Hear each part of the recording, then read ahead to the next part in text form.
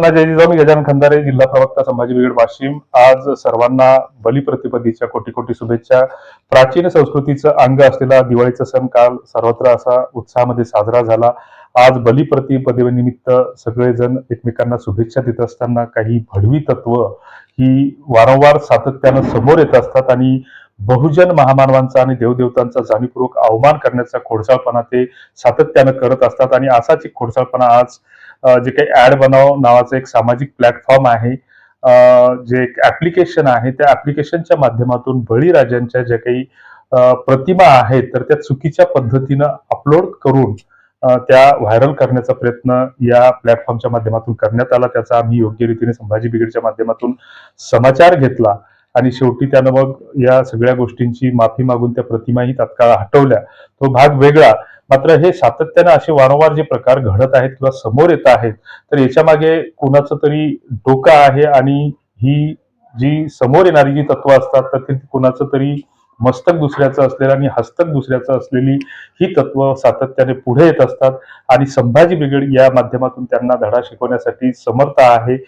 बळीराजा हा एक अतिशय उदारमतवादी, दानशूर आणि एक चंगळवादी म्हणजे भोगवादी नव्हे तर एक अतिशय उदारमतवादी असा राजा, ज्याच्या कार्यकाळामध्ये किंवा ज्याच्या राजधर्मामध्ये कोणीही दुःखी नव्हतं, सगळे सुखी होते. आणि याच्या काही दंतकथा पौराणिक संदर्भामध्ये आढळतात, ज्याच्यामध्ये महाभारताचं शांती पर्व असेल, भागवत पुराण असेल, विष्णू पुराण असेल, या धार्मिक ग्रंथामध्ये त्याचा उहापोह आढळतो. आणि याच्यामध्ये ज्या काही चर्चा समोर येतात या धार्मिक ग्रंथामध्ये तर त्या धार्मिक ग्रंथामध्ये त्याला सांस्कृतिक आणि सामाजिक संदर्भही आहेत. त्याच्यामध्ये कूटनीतीने किंवा कपटनीतीने वामनाने बळीराजाचं राज्य कसं हिसकावलं किंवा त्याला पाताळात कसं धाडलं या गोष्टी सातत्याने पुढे येत असतात.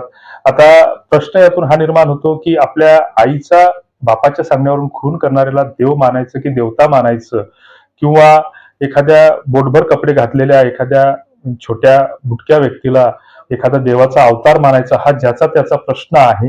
मात्र आमच्या बहुजनांचे जे महामानव आहेत, मूल निवासी आहेत, आदिवासी आहेत, जे या मूळ कृषी आणि ऋषी संस्कृतीचे उद्धारकर्ते आहेत, त्या महामानवांचा कुठेही अपमान होऊ नये आणि याच्यासाठी संभाजी ब्रिगेड असा अपमान कुठेही कधीही खपवून घेत नाही. त्यासाठी आपली एक विवेकपूर्ण आणि अभ्यासपूर्ण, सुरुवातीला नम्रतापूर्व आपली मांडणी करत असते, चर्चेसाठी तुमच्यासोबत बसायलाही तयार असते. मात्र ही लोक अंधारात राहून कुठेतरी खोडसाळपणा करत असतात. ह्या गोष्टी अनेक वेळा यापूर्वी उजागर झालेल्या आहेत. डॉक्टर बाबासाहेब आंबेडकरांनी ऋग्वेद आणि त्याच्यावरील भाष्य एक चिकित्सा लिहिणारा आर्य आणि अनार्य संस्कृतीतील जी काही परंपरा आहे तर यांच्यातला जो काही संघर्ष आहे तर त्यावर अतिशय एक प्रभावी अशी चिकित्सा मांडलेली आहे. अशाच या संदर्भातील काही राची ढेरे सारखे जे काही लेखक आहेत त्यांचीही ग्रंथसंपदा किंवा वेगवेगळ्या विद्वान लेखकांची ग्रंथसंपदा विपुल प्रमाणामध्ये उपलब्ध आहे. तुकाराम महाराजांनी आम्हाला ज्ञान, विज्ञान, तत्वज्ञान, अध्यात्म सांगितलं.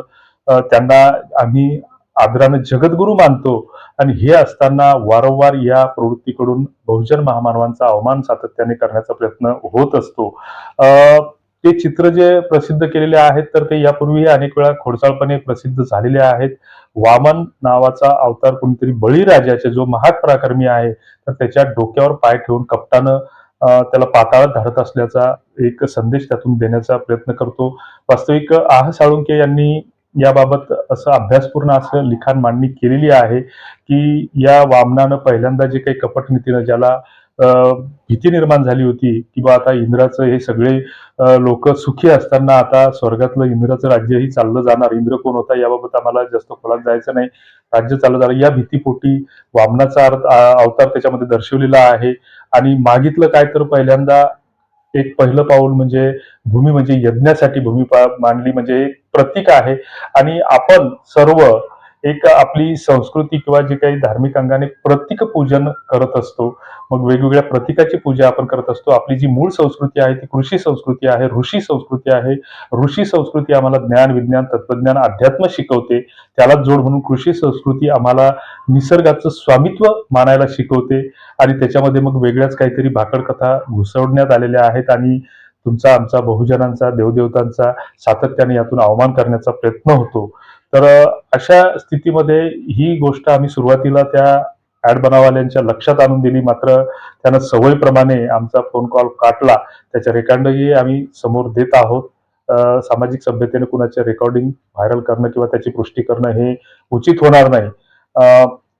मात्र तरी सुद्धा अशा काही तत्वांना जाणीवपूर्वक उजागर करावं लागतं आणि या माध्यमातून आम्हाला फक्त एवढाच संदेश द्यायचा, की यापुढे कुणीही बहुजन महामानवांच्या किंवा देवदेवतांचा अवमान करण्याचा कुत्सितपणा किंवा खोडेलपणा किंवा वाह्यातपणा करू नये. अन्यथा गाठ संभाजी ब्रिगेडची आहे आणि संभाजी ब्रिगेड काय करू शकतं हे अख्ख्या महाराष्ट्राला माहीत आहे. त्याचे संदर्भच द्यायचे झाले तर भांडारकरचं प्रकरण आणखीनही लोकांच्या स्मरणात आहे. वाघ्या कुत्रा असेल, दादोजी कोंडदेवचा पुतळा असेल किंवा अजून इतर काही घटना असतील, तर या सर्व घटनांसाठी संभाजी ब्रिगेड पुरेपूर त्यांना कसा धडा शिकवायचा यासाठी तत्पर आहे. तर तेव्हा आमचं या माध्यमातून सांगणं असेल, की पुन्हा परत असे खोडसाळपणे आणि करू नये किंवा आमच्या महामानवांचा अवमान करण्याचा प्रयत्न कुठल्याही कृतीतून करू नये. अन्यथा गाठ संभाजी ब्रिगेडशी असेल. तूर्तास धन्यवाद. जय जिजाऊ.